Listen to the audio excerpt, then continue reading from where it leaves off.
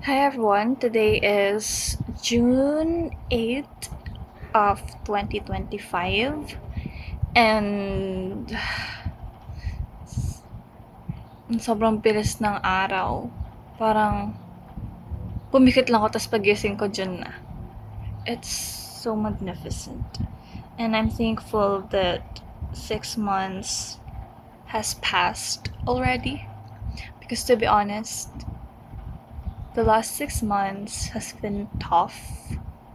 Sobrang hirap ng 6 na buwan na to. Ang nakaraang na 6 na buwan. And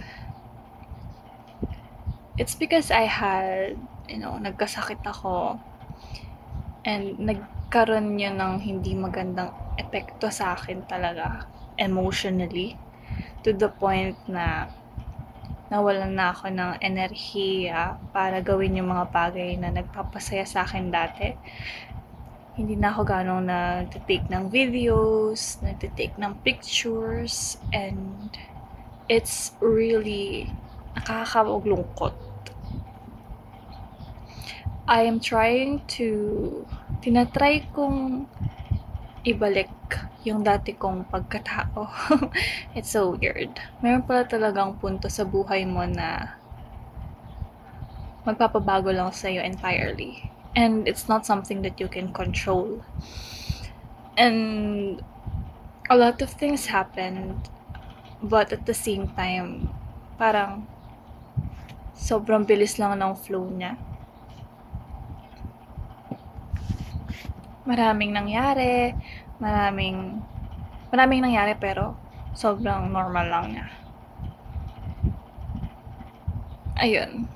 And even though the last 6 months has been difficult to me, emotionally and physically, I'm still thankful that I have people around me na talagang word sa akin, and yeah, it's my family, it's my, yung management sa work ko. Thankful naman ako sa kanila. But there's this person na sobrang thankful talaga ako sa kanya. Dahil without him, siguro, lugmok na ako sa kalungkutan. Siya yung nagpatatag sa akin. And wala. Alam ko naging mahirap din sa kanya maging kasama ako. Tama ba yung term? Nahihirapan na naman akong mag-explain, mag-create ng sentences. But yeah. Alam ko nahirapan din siya throughout our journey. Alam ko naman sa sarili ko kung anong pagkukulang ko, kung ano yung flaws ko. But throughout our journey, he was there and willing to compromise, willing to understand me, willing to get to know me more. Sobrang thankful ko. As usual, Israel, sobrang salamat. And thank you very much for this notebook. Hindi ko in-expect talaga, Lovey. Hindi ko siya in-expect. Hindi ko in-expect to sa boyfriend ko. Hindi naman sweet ang Lovey ko in his own ways. And itong ginawa niyang to, unexpected. Nagsusulat kami ng letters every month kapag nagmamansary kami. Pero this one, I love it. Nag-create siya ng impromptu messages na pwede kong basahin kapag, kunyari, I miss him. And nabasa ko pa lang dito is yung first page, which is when you first received this daw. And, yeah. Pati yung worried kasi ako kahapon dahil we met up 2 days ago. And sobrang haba talaga ng biyahe niya, 7 hours. And nagmotor lang siya. Sobrang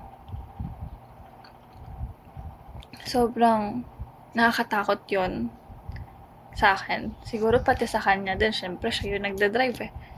Sobrang nakakakaba na sa daming ngayon ng road rage, parang kahit kaano ka safe mag-drive yung tao, there's just some people na hindi consider it. So, I was really worried about him. That's why I read it. And, yeah. And then, kagabi, dahil miss ko siya, binasa ko yung When You Miss Me, and I liked it. Love you. Monthsary namin ngayon. We've been together for 6 months now, and di ko na-expect. Parang 6 months ago lang, magkaibigan kami, tapos ngayon, 6 na buwan na kami. Can you believe that? Hindi pa lang makapaniwala, but I'm so happy. Always. And he also gave me this capybara. Paglagay ata sa kamay. So random. Hindi ko na naman in-expect. Porket gusto ko ng capybara. It's like this. Like this.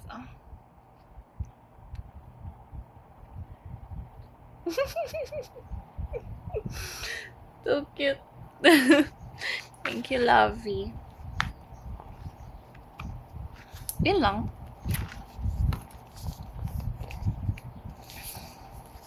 Basahin ko ba yung When You Are Happy? Tsaka na. Yun lang. Update. Life update. So thankful. I'm so thankful sa boyfriend ko. Miss ko na siya. Love you, Lovey.